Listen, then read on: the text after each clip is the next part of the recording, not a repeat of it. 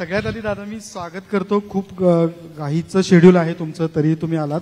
पण आमचा आग्रह अशासाठी होता की महाराष्ट्राच्या वेगवेगळ्या भागातून इथं उद्योजक आलेले आहेत, आंत्रप्रिनर्स आलेले आहेत, जे मध्यम मोठ्या स्वरूपाचे लघु उद्योग स्वरूपाचे व्यवसाय करतात.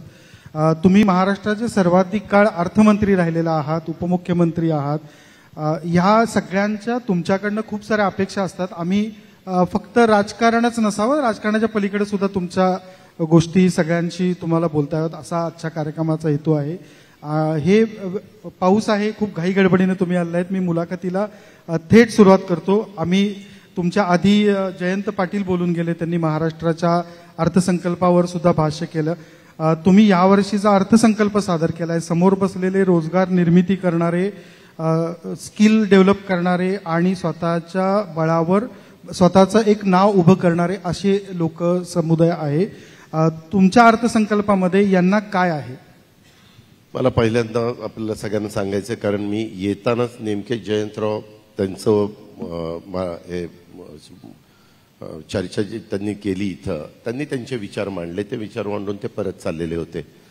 त्यावेळेस मी थोडंसं त्यांना विचारलं की काय, परंतु तुम्ही काय आता सांगितलं ते आता खोडायचं काम करतो मी जाऊन. पण मला नक्की कळेल ना की त्यांनी काय सांगितलं. थोडक्यात मला थोडंसं काही जणांनी सांगितलं की ते बजेटबद्दल बोलले, आपल्या इथली इंडस्ट्री बाहेर जाती त्याच्याबद्दल बोलले. त्याच्यानंतर असे काही विषय त्यांनी घेतले, जीएसटीच्या बद्दल ते त्या ठिकाणी बोलले. वास्तविक काय होतं, आम्ही लोक राजकारणातली लोक असल्यामुळं बरेच जण रुलिंग पार्टीचे असतात, ते रुलिंग पार्टीच्या बाजूने बोलण्याचा प्रयत्न करतात. जे अपोजिशनला असतात ते आम्ही कसं चुकीचं आहे हे दाखवण्याचा प्रयत्न करतात. कारण मी दोन्ही पदं सांभाळलेली. मी सरकारमध्ये पण अनेक वर्ष राहिलो, मी विरोधी पक्ष नेता देखील 1.5-1.25 वर्षापूर्वी होतो. त्याच्यामुळं मला त्यातली बऱ्यापैकी माहिती आहे. परंतु पुणेकरांना माहिती आहे, महाराष्ट्रालाही माहिती आहे की मी जे काही बोलतो ते आत एक बाहेर एक असले डबल गेम मी कधी खेळत नाही. जे असेल ते वस्तुस्थिती सांगत असतो. मी जीएसटीच्या बद्दल तुम्हाला सगळ्यांना सांगेन की खरं तर GST one nation one tax हे स्वतः अर्थतज्ञ म्हणून ज्यावेळेस डॉक्टर मनमोहन सिंगांच्यावर देशाची जबाबदारी होती, त्यांनी अर्थ मंत्रालय सांभाळलं, तेव्हा मी खासदार झालो होतो. पी.व्ही. नरसिंहरावांच्या मंत्रिमंडळात मला थोडा काळ मिळाला. पण तेव्हा मी त्यांचं बघितलं की त्यांनी खुल्या आर्थिक धोरणाचा स्वीकार केला आणि त्याचं स्वागत नंतर वाजपेयींनी पण केलं, आपण सगळ्यांनीच केलं. त्याचा फायदा आपल्याला झाला. अनेक देश आर्थिक विवंचनेत आले, परंतु त्या मंदीच्या काळात पण तुमचा माझा भारत देश टिकला, आपली अर्थव्यवस्था टिकली. त्याला एकमेव कारण म्हणजे खुल्या अर्थव्यवस्थेचा स्वीकार आपण त्या काळामध्ये केलेला होता. मनमोहन सिंग अर्थतज्ञ होते आणि नंतर 10 वर्ष ते अर्थमंत्री पंतप्रधान राहिले. आणि त्यावेळेस मात्र त्यांनी जीएसटीचा आणण्याचा प्रयत्न केला आणि त्यावेळेस जे विरोधक होते ते मात्र वेगवेगळ्या राज्याचे मुख्यमंत्री असताना ते विरोध करत होते. अशी साधारण परिस्थिती मी स्वतः अनुभवलेली आहे, मी स्वतः पाहिलेली आहे. परंतु नंतर जीएसटी आला. जीएसटीमुळं निश्चितपणे टॅक्सचं उत्पन्न केंद्राचं वाढतंय, राज्याचं वाढतंय. आज तुमच्या माझ्या देशामध्ये जो जीएसटी गोळा होतो त्याच्यातला 16% जीएसटी एकट्या तुमच्या माझ्या महाराष्ट्रात गोळा होतो आणि बाकीचा सगळा 84% हा देशात गोळा होतो, सगळी बाकीची राज्य मिळून. आणि त्यातला 50% आपला गोळा झालेला आपल्याला मिळतो, निम्मा गव्हर्नमेंट ऑफ इंडियाला त्या ठिकाणी जातो. त्याच्यामुळं मी अर्थमंत्री म्हणून अनेक वर्ष काम केलेले. आत्ताही मी बघतो साधारण 35,000 कोटी 40,000 कोटींनी आपला जीएसटी वाढतोय दरवर्षी. जीएसटी बद्दल देखील आमच्या उद्योगपतींचं किंवा छोट्या लघु उद्योजकांचं, स्मॉल स्केल इंडस्ट्रीवाल्यांचं सगळ्यांचं एक म्हणणं आहे की बाबा त्याच्यात किचकट आहे, अमुक आहे, तमुक आहे. त्याच्यातले जेवढे किचकट प्रकार आहेत, आमचे वर्षातनं जीएसटी काउन्सिल असतं. स्वतः देशाच्या अर्थमंत्री निर्मला सीतारामन त्याचे प्रमुख असतात. आम्ही सगळे अर्थमंत्री त्याचे मेंबर असतो आणि त्याच्यामध्ये आम्ही चर्चा करतो कुठला टॅक्स जास्त आहे, कुठला कमी केला पाहिजे. त्याच्यामध्ये साधारण लोकशाही पद्धतीनं मेजॉरिटी आम्ही करतो आणि त्याच्या पद्धतीनं तसे निर्णय घेतो.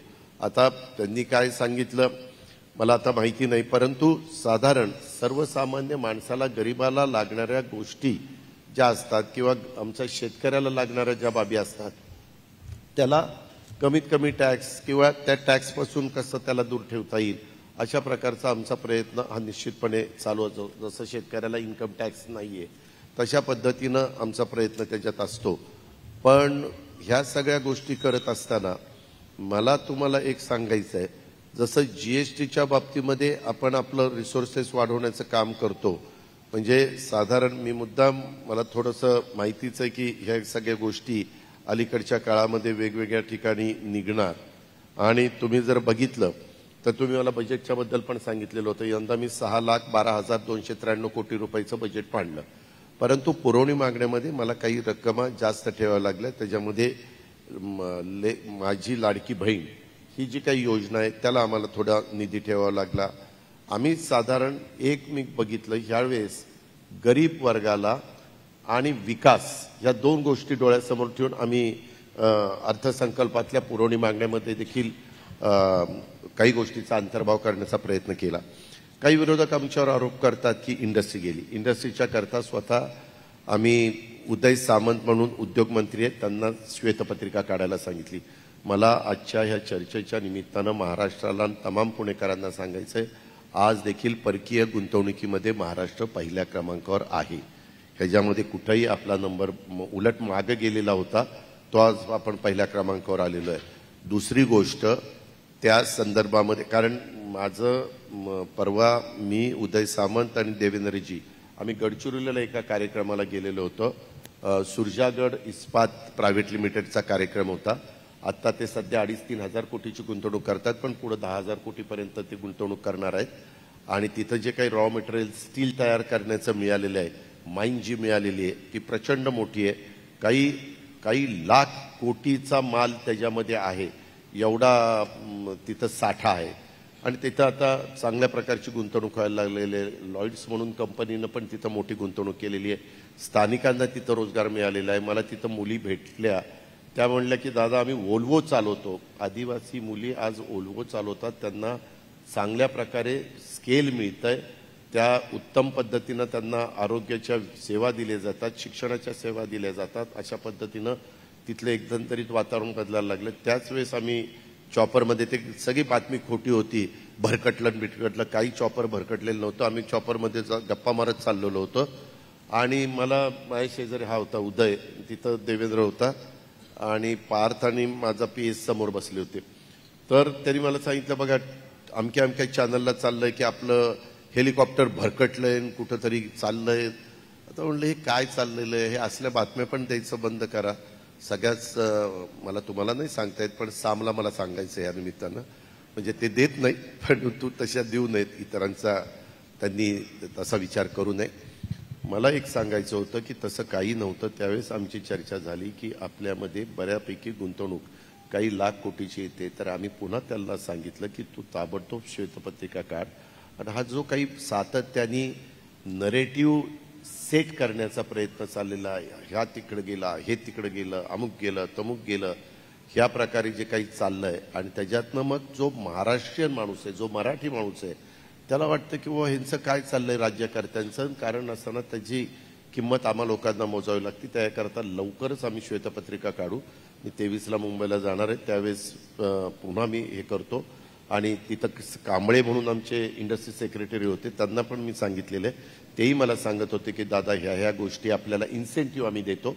चांगल्या इंडस्ट्री आपल्याकडे आकर्षित होण्याच्या करता इन्सेंटिव्ह देण्याचे प्रकार असतात. ती पण मीटिंग आम्ही CM साहेबांना काल सातारला आम्ही तिघही होतो, लावायला सांगितलेली. कॅबिनेट झाल्यानंतर ती मीटिंग होईल आणि त्याच्यातनं जे काही प्रकल्प आपल्याकडे मोठे मोठे येतात त्यांना काय इन्सेंटिव्ह आपल्याला देता येतील वगैरे, त्या सगळ्या गोष्टी करून त्याच्यातनं तुमच्या माझ्या महाराष्ट्राला कसा रोजगार निर्माण होईल, ज्यांच्या हाताला काम नाही त्यांना. आणि ह्या मोठ्या इंडस्ट्रीमुळं माझ्या स्मॉल स्केल इंडस्ट्रीला देखील त्याचा बेनिफिट डायरेक्ट इनडायरेक्ट झाला पाहिजे, अशा प्रकारची आमची सगळ्यांची तयारी आहे आणि आम्ही त्या रस्त्याने चाललेलो आहे. मगाशी तुम्ही अर्थसंकल्पाच्या बाबतीमध्ये बोलला, मला तुम्हाला आणि महाराष्ट्राला सांगायचंय, 6,12,293 कोटीचा आम्ही बजेट मांडलेलं असलं तरी आज आपण साधारण विकास कामावर निम्मा पैसा खर्च करतो. आणि तुम्हाला सगळ्यांना आश्चर्य वाटेल, त्याच्यामध्ये बराचसा खर्च मला अधिकारी कर्मचाऱ्यांच्या पगारावर पेन्शनवर करावा लागतो. आता सध्या 1,60,000 कोटी रुपये आपण अधिकारी आणि कर्मचाऱ्यांच्या सॅलरीवर खर्च करतो, पगारावर, आणि पेन्शनवर 75,000 कोटी रुपये आपण खर्च करतोय. आता आम्ही थोडी कमी 1,00,000 अधिकारी क्लास 1, क्लास 2, क्लास 3, क्लास 4 ची भरती केलेली आहे. त्याच्यामध्ये काही आम्ही कॉन्ट्रॅक्ट बेसवर पण घेतलेलं आहे, कारण आता सगळेच स्टेट्स 100% सगळा स्टाफ भरत नाही. काही बाबतीत कॉन्ट्रॅक्ट बेसवर साधारण क्लास 4 भरण्याचा प्रयत्न करतात आणि बाकीच्या बाबतीत जेवढ्या काही जागा आपल्याला गव्हर्नमेंटमध्ये भरता येतील त्या पण भरल्यात. गेल्या अनेक वर्षाच्या इतिहासात पहिल्यांदा 1,00,000च्या पेक्षा जास्त नोकऱ्या आम्ही आता महाराष्ट्रामध्ये दिलेल्या आहेत. आता जीएसटीच्या संदर्भामध्ये देखील 23-24 मध्ये आपला जीएसटी जमा झालेला होता साधारण त्याच्या 3,20,000 कोटी आणि त्याच्यामध्ये मी मगाशी सांगितलं 15 ते 16% आपला देशाचा हिस्सा आपल्याच महाराष्ट्रातनं गोळा होत असतो. आता मे पर्यंत पण 65,000 कोटी एप्रिल मे पर्यंत झाला अशा पद्धतीनं. आणि तुम्ही जर बघितलं तर हे कर आपण जो गोळा करतो त्याच्यात मेन म्हणजे जीएसटी असतं, दुसरा वॅट असतो, तिसरा प्रोफेशन टॅक्स असतो आणि ह्याच्यामध्ये सातत्याने बऱ्यापैकी वाढ होतीये. साधारण 12%, 13%, 12%, 13% त्या प्रमाणात मी माझं अर्थसंकल्पाचं बजेट वाढवत असतो. मात्र एकदा फक्त मी कोरोनाच्या काळात अर्थमंत्री होतो तेव्हा माझी वाढ झाली नाही. तेव्हा आपल्या राज्याची 13% मायनसला आपण गेलो. परंतु सगळंच इंडस्ट्री बंद पडलेली होती, सगळे घरात होते, तुम्हाला ते सगळं माहिती आहे. पण त्याच्यानंतर कोरोना संपल्यावर एकदम वाढ आपली 37% गेली. अशाही प्रकारच्या काही गोष्टी झाल्यात. पण ॲव्हरेज आपली 13-14, 12 अशा प्रकारची वाढ त्याच्यामध्ये होती, असा साधारण त्याच्यातला कल आहे. आणि एकंदरीत मला तुम्हाला एक दुसरं सांगायचं आहे. मी मगाशी जीएसटीचं साधारण हे सांगितलेलंच आहे. आता काय व्हायला लागलंय, बहुतेक जण तुम्हाला पण निलेशजी, सम्राटजी प्रश्न पडत असेल, समोरच्यांनाही प्रश्न पडत असेल की बाबा ह्यांनी आता एकदम एवढ्या ज्या योजना आणल्या, मुख्यमंत्री माझी लाडकी बहीण योजना, ते 21 ते 65 वयोगटातल्या महिलांना, एक गोष्ट लक्षात घ्या, ज्यांचं उत्पन्न 2.5 लाखाच्या आतमध्ये आहे अशाच महिला ज्या गरीब आहेत, ज्या मोलमजुरी करतात, ज्या आमच्या शेतमजुरी करतात, ज्या धुडभांडी करतात, अशा प्रकारच्या ज्या महिला आहेत, अशा महिलांच्या करता ही योजना आणलेली 1,500 रुपये त्यांच्या घरामध्ये द्यायचे. आणि ह्याच्याकरता आपण एक तरतूद पण केलेली आहे. त्या संदर्भात अर्ज मागवताना मला आमचं थोडंसं अडचणी येत आहेत. ऑनलाईनला बरेच प्रश्न निर्माण होत आहेत. तुम्ही बघताय आपण सगळेजण कॉम्प्युटरच्या युगात आहोत, परंतु ह्या 1-2 दिवसात जगामध्ये ज्या काही गोष्टी घडल्यात त्याच्यामुळं पूर्ण म्हणजे विमानावर पण ह्याच्यावर परिणाम झालेला आहे आणि म्हणजे तिथल्या प्रवाशावर. आणि काही जणांचं म्हणणं की हा जो झटका आहे त्याच्यातनं काही वर्ष आपण जग मागं गेलेलं आहे. तो आता दुसरा चर्चेचा भाग आहे, तिथं मी जास्त जात नाही, पण घडलंय मात्र निश्चितपणे. आज ह्या सगळ्या गोष्टी करत असताना तुमचं सगळ्यांचं ह्यांचे माझ्यावर आरोप होतात की राज्यावर कर्जाचा बोजा वाढलेला आहे. माझी ह्या मुलाखतीच्या द्वारे महाराष्ट्रातल्या जनतेला मी कधी तुम्हाला चुकीचं सांगणार नाही, जे आहे ते खरं सांगणारा माणूस आहे मी. त्यामध्ये आपलं 15-16ला स्थूल उत्पन्न होतं साधारण 19 लाख कोटीचं, म्हणजे 19-20 लाख कोटीचं होतं आणि आपल्यावर त्यावेळेस 3.25 लाख कोटीचं कर्ज होतं. साधारण ते स्थूल उत्पन्नाच्या 17% होतं. आपल्याला केंद्र सरकारने प्रत्येक राज्यांना, कुठली राज्य कुठल्याही प्रकारे कर्ज काढतील, काही करतील, तर काही लिमिट लावलेलं आहे की बाबा त्या त्या राज्यांचं स्थूल उत्पन्न जे असेल त्या स्थूल उत्पन्नाच्या जास्तीत जास्त त्यांना 25% कर्ज काढता येईल. परंतु निलेशजी, आम्ही 25%पर्यंत आम्हालाही कळतं कधी काही आकस्मिक काही घटना घडली, जसं कोरोनाचं संकट आलं, आणखीन काही संकट येतात, नैसर्गिक संकट असतं, भूकंपासारखं प्रकरण होतं, अशा काही वेगवेगळ्या घटना घडतात आणि कधी दुष्काळ पडतो, गारपीट होते, अतिवृष्टी होते. त्यावेळेस देखील आपल्याला ओढाताण होता कामा नये. म्हणून तुम्ही जर बघितलं तर अंदाजे 20 लाख कोटी रुपये आपलं स्थूल उत्पन्न असताना आपण 3.25 लाख कोटीच्या पेक्षा जास्तीचं कर्ज म्हणजे उचललेलं होतं, साधारण 3.5 लाख कोटी कर्ज उचललेलं होतं. आता आपलं साधारण 40 लाख कोटी कर्ज 23-24 होतं. आपण 7 लाख कोटीपर्यंत गेलेलो होतो. म्हणजे 20 लाखाला 3.5 लाख कोटी कर्ज, तर 40 लाखाला 7 कोटी कर्ज. साधं सरळ गणित आहे. पण असा विचार केला आणि ते स्थूल उत्पन्नाच्या 17% आहे, जो आम्हाला 25% अधिकार आहे. मी एक आपल्या सगळ्यांना माहिती देतो, मधल्या काळामध्ये केरळ 25%च्या पुढे गेलं. केरळ पण एक चांगलं राज्य आहे, जास्तीत जास्त शिकलेला वर्ग तिथं आहे, परंतु तिथल्या लोकांनी कर्ज काढताना तिथल्या सरकारने 25%च्या पुढे गेले. केंद्र सरकारने सांगितलं आता आम्ही तुम्हाला परवानगी देणार नाही. केंद्राने परवानगी नाही दिली तर तुम्हाला कर्ज काढता येत नाही, वित्तीय संस्था तुम्हाला लोन देत नाही. मग ते सुप्रीम कोर्टात गेले. सुप्रीम कोर्टाला केंद्राने सांगितलं की आम्ही सगळ्यांना काही बंधनं घालून दिलेली आहेत, नाहीतर सगळं काही पण कर्जबाजारी करून टाकतील. 25%च्या पुढे गेलेले. त्यांनी विचारलं, ते म्हणले हो गेले. तुम्ही का गेला? नाही आमचं जरा चुकलं, आम्ही गेलोय, परंतु आता आमचे पगार म्हणतायत. निलेशजी, मधल्या काळामध्ये आंध्र प्रदेशचे सॅलरी 4 महिने झालेली नव्हती. जगनमोहन ज्यावेळेस तिथं मुख्यमंत्री होते ना, आता बदलले लोकांनी त्यांना, परंतु अशा लोकोपयोगी घोषणा करणं फार अवघड असतं, त्याची अंमलबजावणी पण करता आली पाहिजे. मी अर्थमंत्री म्हणून आता ज्या काही घोषणा केल्या त्याची अंमलबजावणी, आता वीज माफीची घोषणा, मी हे आत्ता सांगतो की आत्ता आपलं साधारण 24-25चा अर्थसंकल्पीय अंदाज 43 लाख कोटीपर्यंत आपलं स्थूल उत्पन्न होईल असं आहे.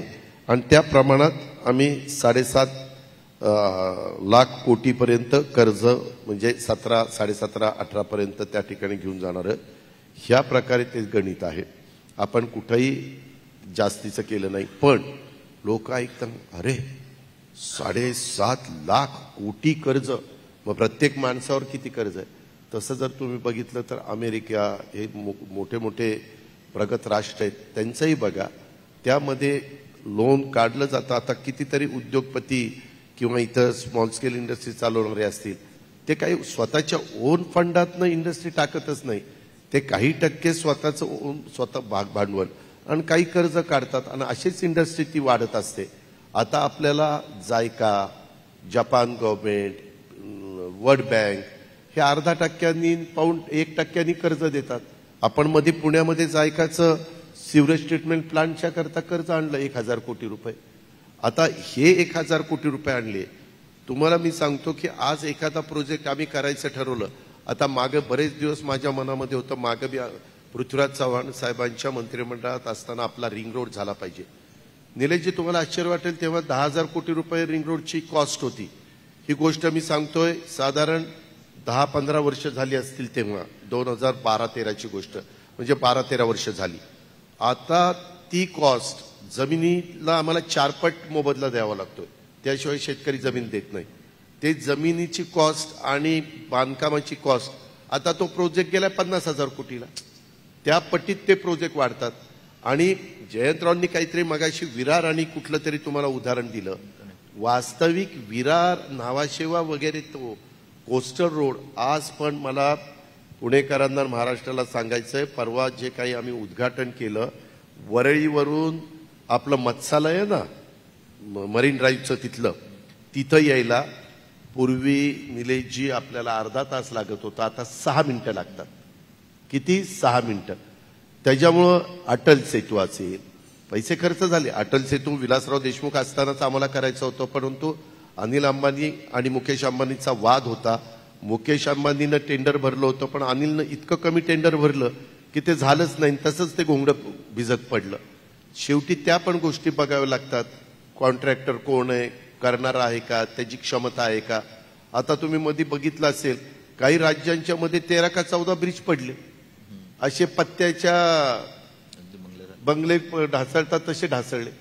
शेवटी इथं पण कामं करत असताना आज पुण्यामध्ये मी पहाटेच अधिकाऱ्यांना घेऊन जातो, काय चाललंय, कसं चाललंय. किंवा मी पुणेकरांना पण आव्हान करत असतो, कुठं कामामध्ये खोड दिसली तर तुम्ही आम्हाला सांगा, आपण त्याच्यामध्ये बदल करू.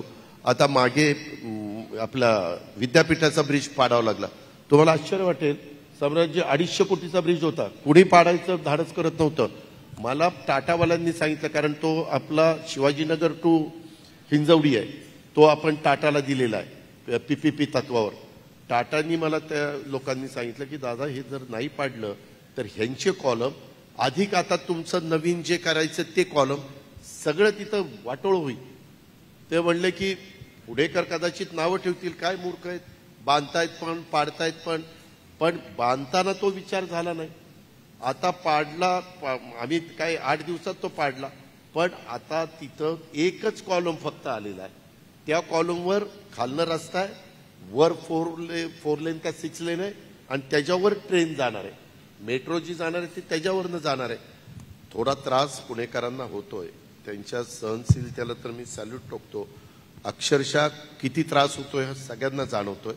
मी सारखं त्यांच्या मागे लागलोय की बाबा तुम्ही ते लवकर करा, लवकर करा. त्यांच्या अडचणी आम्ही सगळे अधिकारी एकत्र बसतो, सोडवतो, त्याच्यातनं ते लवकर झालं पाहिजे, अशा पद्धतीनं आपला प्रयत्न चाललेला आहे.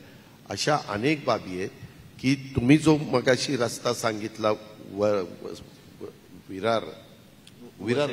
वसई ते अलिबाग, तो इतका महत्वाचा रस्ता आहे, त्याच्यामुळे JNPTला तिकडचा सगळा माल त्या ठिकाणी येऊ शकणार आहे. आज तुम्ही पहा, थोडंसं हवामान खराब आहे, वेदर, तर JNPTमध्ये 5-5 दिवसाच्या रांगा लागलेल्या आहेत. माल नाशवंत तर माल खराब होणार. शेवटी आपल्या इथं जगामध्ये 2060ला तर म्हणतायत आपण 250 कोटीपर्यंत पोहोचणार आहे असा अंदाज आहे. आता काय करतायत कोणाला माहिती, अंदाज तर व्यक्त केलाय. म्हणजे एवढ्या लोकांच्या सुविधा देणं, त्याकरता बाहेरनं काही माल आणणं, आपल्या इथल्या तयार झालेल्या वस्तू बाहेर पाठवणं, त्याच्याकरता आम्ही परवा वाढवण बंधाऱ्याचं पंतप्रधान नरेंद्र मोदी साहेबांनी पहिल्या कॅबिनेटला कुठला निर्णय घेतला तर तुमचा माझ्या महाराष्ट्राला वरदान ठरणारा वाढवण बंदर, चुकून बंधारा म्हणला, पोर्ट, त्याला 77,200 कोटी रुपये मंजूर केले. त्याच्यातले 20 का 25% रक्कम आपली, बाकी सगळी केंद्राची आहे. आणि त्याच्यातनं 10 ते 12 लाख लोकांना रोजगार मिळणार आहे.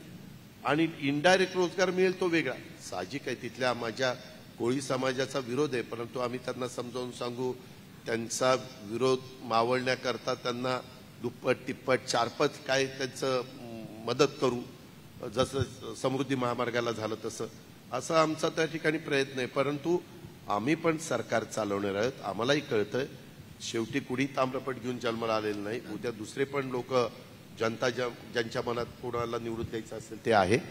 पण विकास करायचा असेल तर इन्फ्रास्ट्रक्चर करावं लागतं. इन्फ्रास्ट्रक्चरच्या बरोबर तुम्हाला गरजेपुरते स्टाफ पण भरावा लागतो.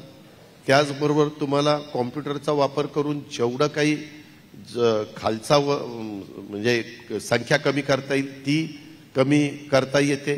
सर्व्हिस तुम्हाला चांगली देता येते आणि त्याच्याच बरोबर आपल्या इथल्या गरीब महिलांना पण मदत करता येते. दादा, तुम्ही जसं म्हटलात की जीएसटीचं उत्पन्न सातत्यानं महाराष्ट्रात वाढत आहे. देशाच्या एकूण जीएसटी उत्पन्नापैकी 16 ते 17% उत्पन्न हे महाराष्ट्र देतं.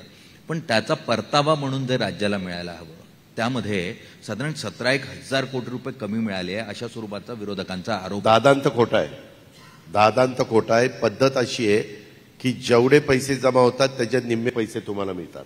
5% जीएसटी असेल तर 2.5 आपल्याला, 12 असेल तर 6, 18 असेल तर 9. हे काय होतं, मागे ज्यावेळेस जीएसटी लागू झालं त्यावेळेस त्यांनी आम्ही तुम्हाला ऍडिशनलचे काही रकमा देऊ 5 वर्षाच्या करता, सगळ्या देशातल्या राज्यांना सांगितलं. त्या रकमा आपल्या येत होत्या, त्या थोड्याशा मागं थांबलेल्या होत्या, त्या एकट्या महाराष्ट्राच्या थांबल्या नव्हत्या. तिथनं एकदा पैसे रिलीज झाले की प्रत्येकाला त्यांच्या लिमिटमध्ये ते पैसे दिले जातात. म्हणजे छोटी राज्य असतील तर त्यांना त्या लिमिटमध्ये पैसे मिळतात, मोठी राज्य असतील तर त्या पद्धतीने मिळतात. हे असं नाहीये. पण दादा, म्हणजे अशी परिस्थिती असताना, कारण अजित पवारांना अर्थमंत्री म्हणून आम्ही सातत्यानं पाहत आलोय, ते कधी डेफिसिट अर्थसंकल्प मांडण्याच्या खूप सकारात्मक भूमिकेत नसतात. ते झिरो बजेट मांडतील हवं तर, पण ते डेफिसिटमध्ये जात नाही. यावेळेला बऱ्यापैकी डेफिसिट दिसतंय आणि याच्या सगळ्या मोठ्या मोठ्या घोषणा होत आहेत, त्यामुळे मोठा बोजा निर्माण होतोय असं नाही वाटत. का गेल्या वर्षी देखील मी डेफिसिटमध्ये बजेट मांडलेलं होतं. तर पहिली पुरवणी, दुसरी पुरवणी, तिसरी पुरवणी. माझी पहिली पुरवणी असती ती जूनमध्ये असते, जून जुलैमध्ये. दुसरी असती ती डिसेंबरमध्ये असते. तिसरी असती ते अर्थसंकल्पीय वर्ष संपायच्या आधी असते आणि मग एप्रिलपासून नवीन वर्ष सुरू होतं. त्यामध्ये काही गोष्टीमध्ये तुम्हाला काटछाट करता येते, जिथं की बाबा ती काटछाट केली तर त्याचा कुठल्याही इतरांच्यावर परिणाम होणार नाही अशा गोष्टीत काटकसर करता येते. आणि तेवढं अर्थ विभागाला आणि प्लॅनिंगला जमलं पाहिजे आणि ते आम्हाला जमतं म्हणूनच आम्ही ते करतो.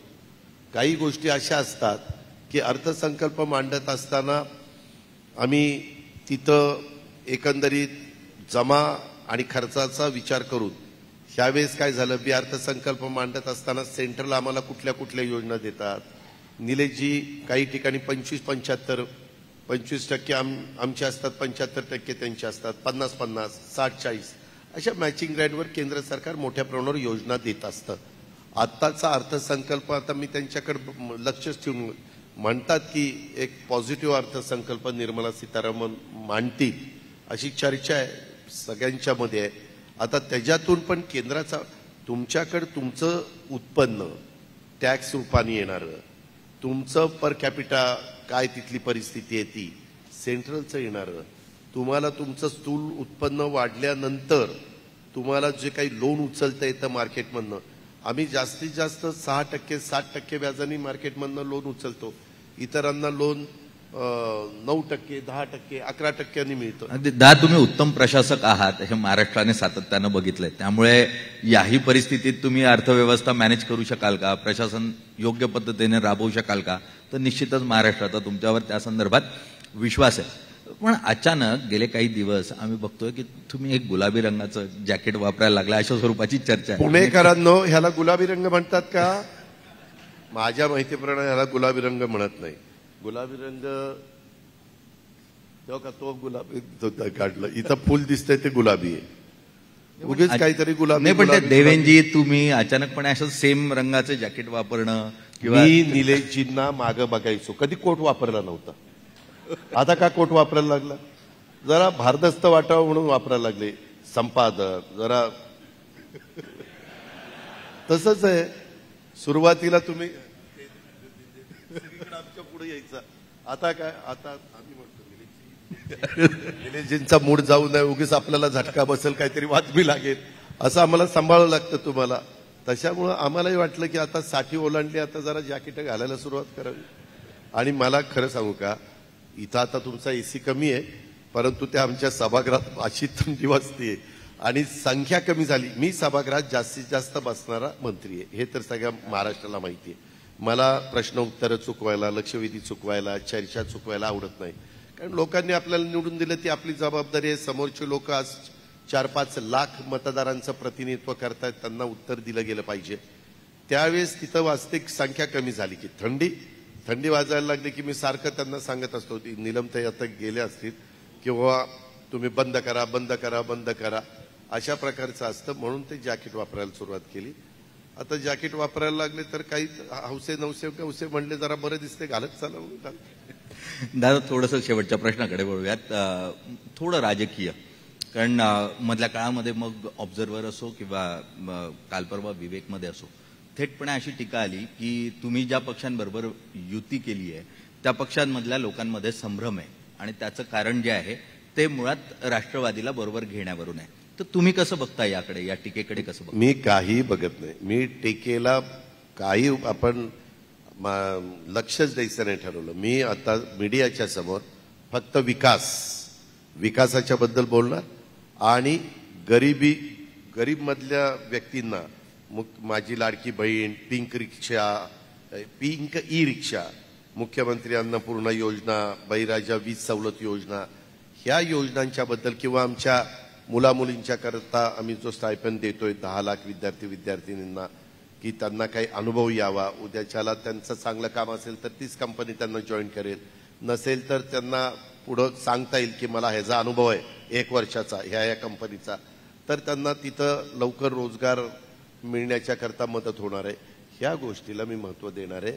आता अनेक पक्षांमध्ये अनेक जण, जेवढ्या व्यक्ती तेवढे त्यांचे वेगवेगळे विचार असू शकतात, मतं असू शकतात. आता सगळ्याच मताला, सगळ्याच विचाराला, ह्यांना आम्ही सल्ले देत बसलं तर त्याच्यातच आपला वेळ जाईल.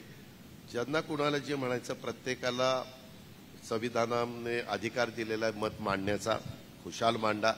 त्या संदर्भात आम्ही ज्यांच्याशी चर्चा केली त्यांनी त्या चर्चेतनं आम्ही युतीत, आणि मी युतीमध्ये गेलो विकासाच्या करता गेलो.